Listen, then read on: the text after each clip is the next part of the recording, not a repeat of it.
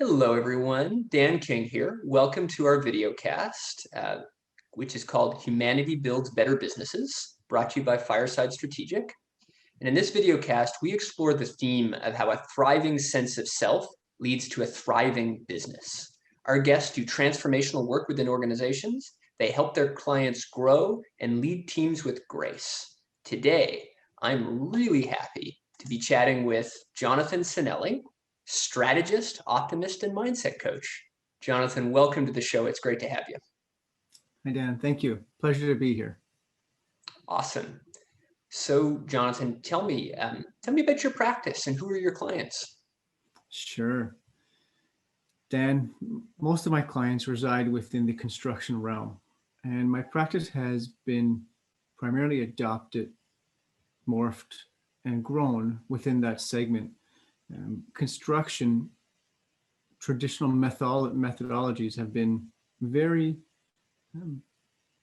unorthodox without a presence of leading with humanity and leading with putting people first. So a lot of what I do is transform mindsets within that realm of construction. What is it about the construction industry that you think, and I mean, many industries come with a very traditional approach to culture and managing and leading people, but what is it about construction, do you think, that lends itself to a more traditional approach? The shorter answer is that's just the way it's always been done. And that's what we oftentimes hear. We have many well-educated, experienced, and knowledgeable tradespeople available to do the work. The difference becomes, how curious are they?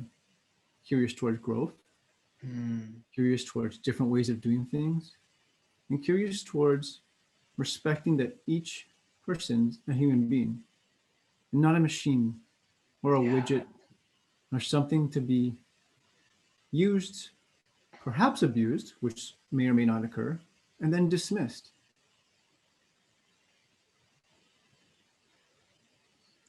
Can you tell me more about, I'm just so curious to learn more about how this shows up. Could you give me an example of how that might show up with a client or with anything you've seen in your years of experience in construction? Oh, sure. It shows up in various different facets and various different observations. I would say that one that sort of sticks out with me as being very habitual and routine is profit margins. And I think profit margins specifically for those that we understand that the financial metrics of being a business. That's why businesses are around. I have a certain disappointment, and I'm going to use that word purposefully, within the construction realm when profits and profit margins are specifically regarded without the acknowledgement of people. And so what happens, or what has traditionally happened, is really easy to say, hey, this project succeeded. This project was a smash hit. It's a rock star. And it's a rock star because the procurement of materials was accurate. The budgets or estimates were accurate. And hey, there were a lot of scope changes. Well, all of these things could be very true. What about the people who embodied that project? And those people either make or break the project. And it becomes very relevant to the leadership that is leading that project team. There's an interesting dichotomy that's coming up for me in which sometimes we think of construction as this very mechanical process. We're going to create a foundation, and then on that foundation, we're going to build other things. But it's the humans that breathe life into each element of this. The humans who operate the machinery, the humans who ensure that the thing is going to be built in the way that we all want it to be built. If the people aren't aligned, just like with any other kind of project, then what have we got? Right. And it becomes really easy as projects get busier and anxiety gets higher and emotions rise and egos enter the space. to dismiss all of those. Hey, we all know how to build a building. But what happens to the guy who isn't expert? Let's use the bricklayer for an example. Is an expert bricklayer. He's got the knowledge, he's got the skill set, he's got the experience. He's been doing this for so many years. You know, he is regarded as an expert in his field. But nobody checks in with him. I mean, we're talking, but nobody checks in with him to say, hey, how you doing today? And really actually mean it and listen for a response, to hear what's buzzing around in his head. Because the things that are going through his head are instrumental in the way he shows up, how he communicates, how he lives his life, and performs the job he's designed to do. There's so much wisdom in him. He's been doing this for so long. There's like this untapped resource. And, you know, I got to think, when there's so much physical work involved, the extent to which someone is inspired to do the work matters a ton. Sure. If you really care about profit margins and productivity, don't you want your people to be really, really inspired? Right. Exactly. And that's exactly where we're going. So, you know, the people who I have the pleasure of sharing the same space with get that. There's a lot more possible when you look into the face of another human being and say, hey, what's going on? How are you? What do we do to get better? And what's, you know, sometimes, you know what the biggest thing to do is just ask a question. Yeah. Hey, what can we do differently? What's one thing you want to change to get better? And actually, wholeheartedly listen to understand the response. And then make a commitment that's worth keeping. Don't commit to something, say, hey, yeah, great, got your thing, we're going to work on that. I'm going to suggest how important it is to do what we say we're going to do. Yeah.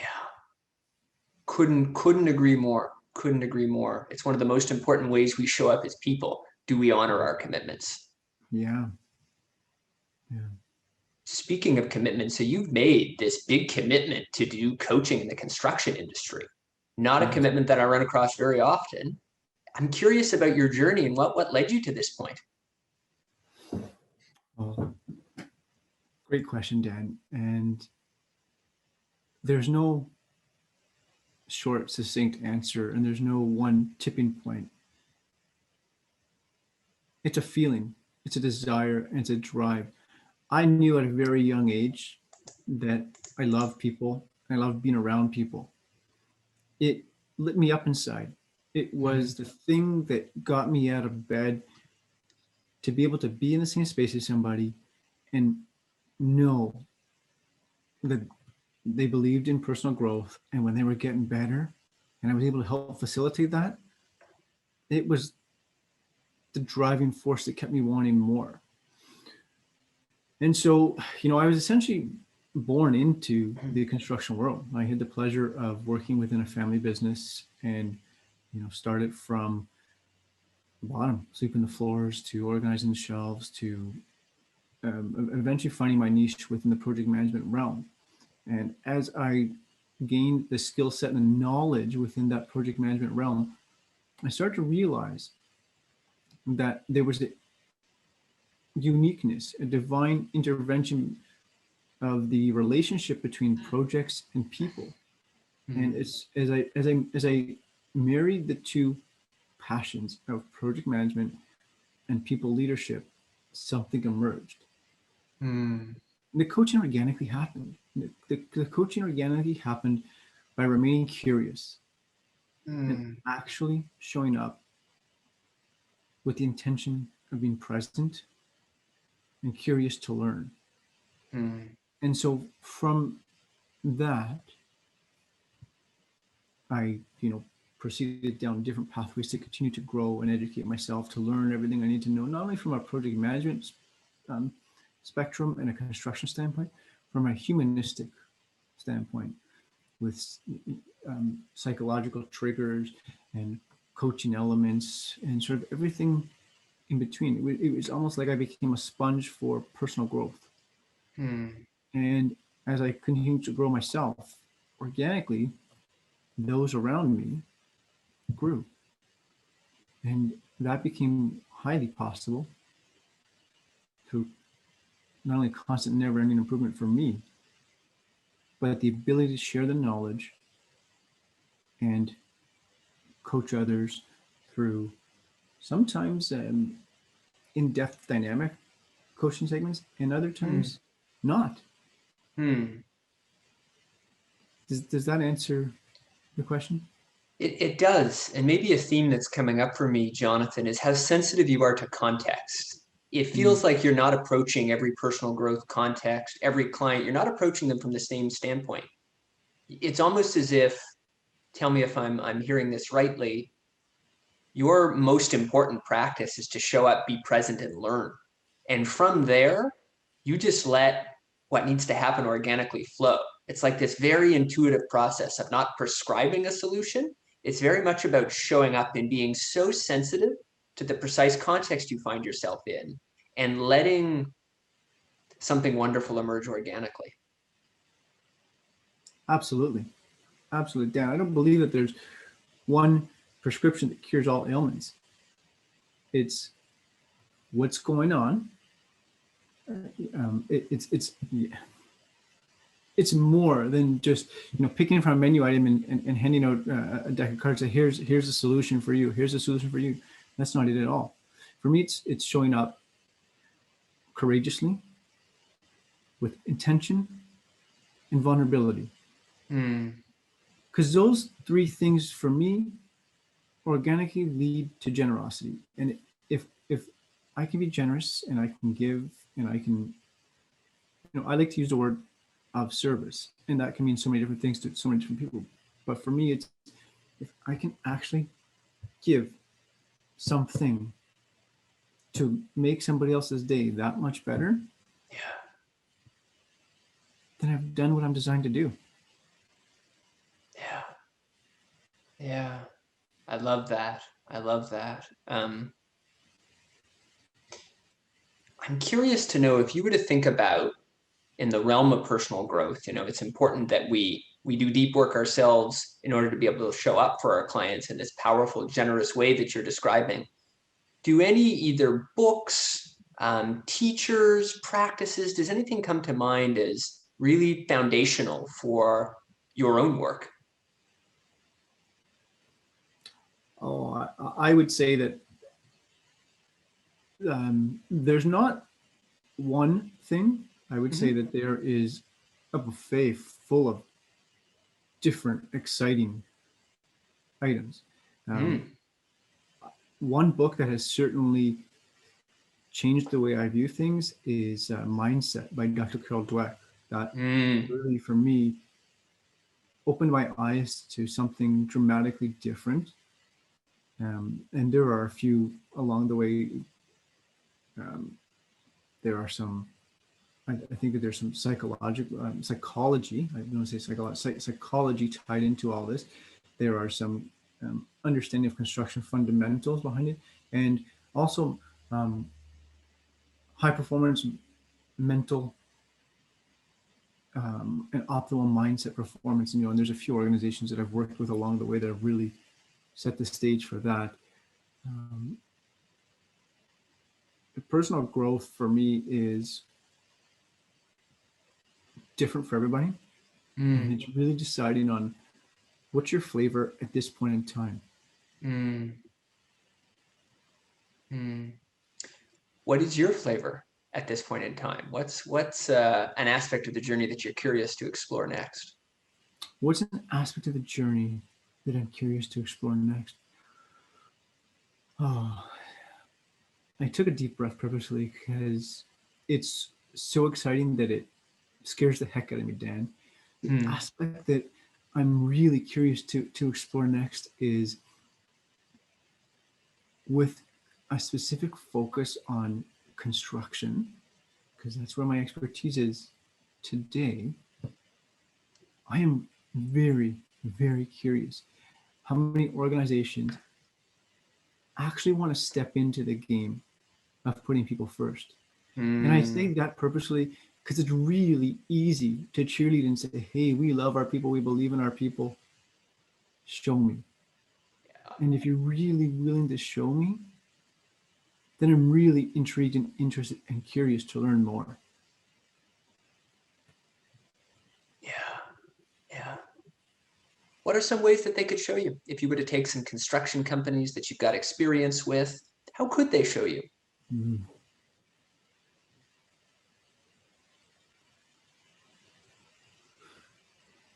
Let's start with what they're doing today. And I say today because I believe that we are in a super unique point in the world with what we've experienced in the past 10 months or so. It is really easy to promote and be there for people and invest in people financially, emotionally, and wholeheartedly when things are great. Mm, yeah. And so when things aren't great, that's true leadership. How does the leadership team show up?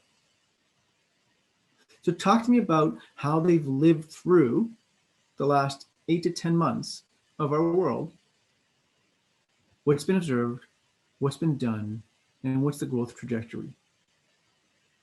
And if it's the same way that it's always been done, then I would challenge that and say,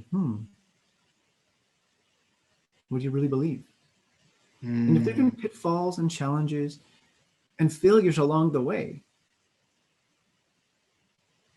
and some sort of traction to come out of those failures with an orientation of putting people first, then I'd be intrigued.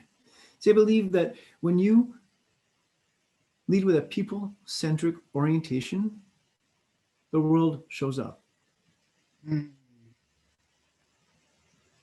And curiosity emerges. And curiosity leads to innovation and creativity. And who doesn't want innovation and creativity in their organization? Mm. There's almost something I'm hearing there. It's really interesting the way you put that. When you show up first with that people-centric mindset, it's almost like, if you've been in an industry for a long time and you haven't really seen a people-centric mindset in operation before, you have to have that belief first.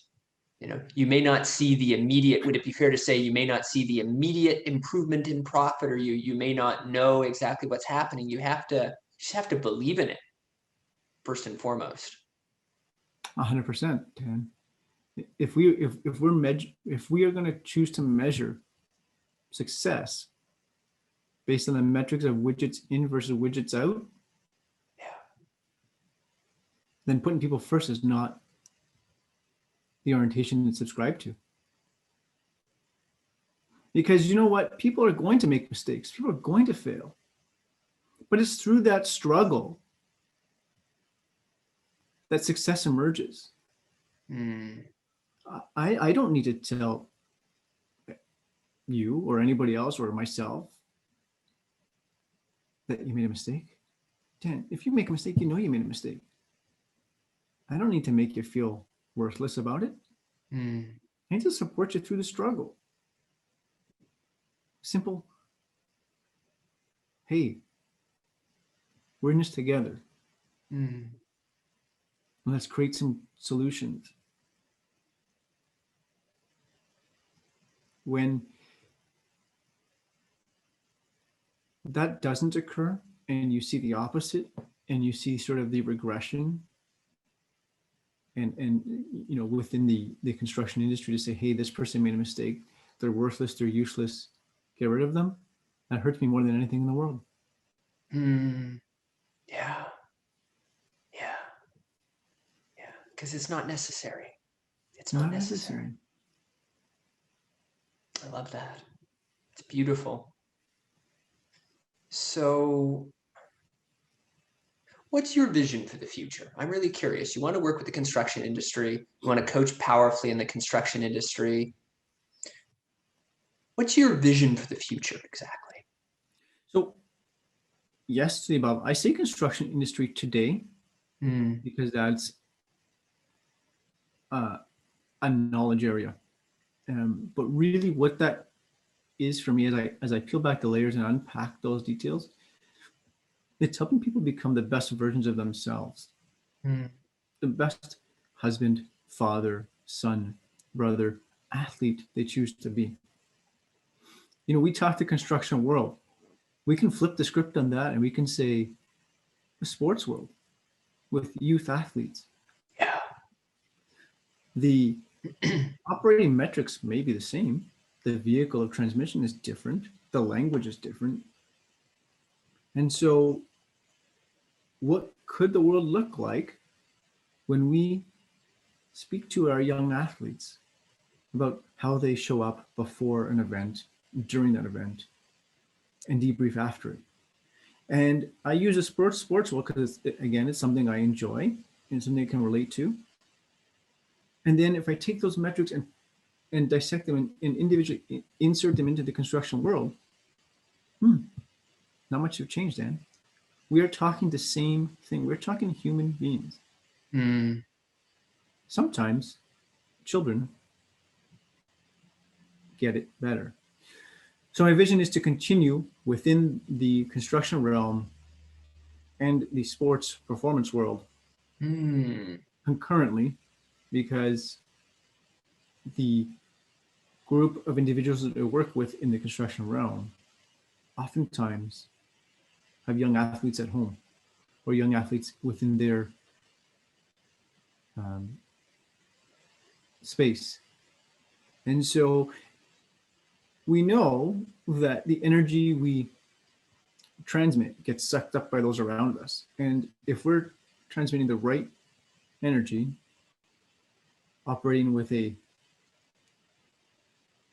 people first orientation and a growth mindset and an understanding that life is going to happen and there's going to be struggles, how do we deal with them and how do we choose to show up? And if an adult on a construction site can deal with that, then he or she can take that same messaging and transmit it down or up to athletes within their space. And so imagine what it could look like. And you talk to me about what the vision is. Imagine what all this could look like when the C-suite executives and the leaders who embody that organizations actually believe what we're talking about and actually subscribe to it. They'd be unstoppable. And they'd be, from a business standpoint, why wouldn't you want to work with that organization? Yeah. Imagine an organization that is so vulnerable to say, hey, we made a mistake. We're sorry. And stop there. Not validate or justify it or blame somebody else. Yeah. I made a mistake, and for that, I'm sorry. I think you are so bang on that the press release, all the ways in which we're in the corporate world trained to respond to mistakes are so fake. Yeah. They're so inhuman, right? There's something very powerful to turn around and say, man, I was silly. I'm not sure what I was thinking. And that was a terrible mistake. Yeah. For that, I'm sorry. And better yet, here's an idea on how we can get through it. However, I'm not stuck to it. And I'm open to growing together because I don't know it all. Imagine what industries would look like when that was the messaging transmitted from the top down. Yeah. When we send a message of pretending that either no mistake was made or that there was some very positive intention here, or we send some kind of obscuring message, we lose track of the truth. And the truth is that we're all human, and humans do make mistakes. We don't automatically have to be ashamed of them, right? Right. And yet there's so much shame. There's so much shame. Yeah. Cool. Well, listen, this has been a very, very powerful conversation, Jonathan. We love, as we move towards the end of our time together, to end these conversations on a human note, which we think is appropriate. when you're not building your vision for the construction industry, the sports world, and beyond, what do you like to do for fun?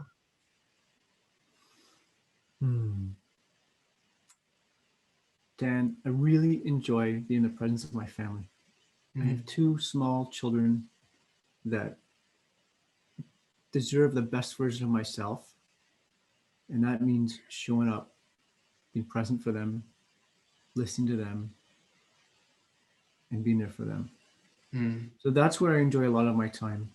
And when not immersed with them, I find myself in hockey rinks, coaching youth, children. Hockey becomes a vehicle to transmit my knowledge. That is just a real exciting factor because I start to realize the potential of a young child's mind.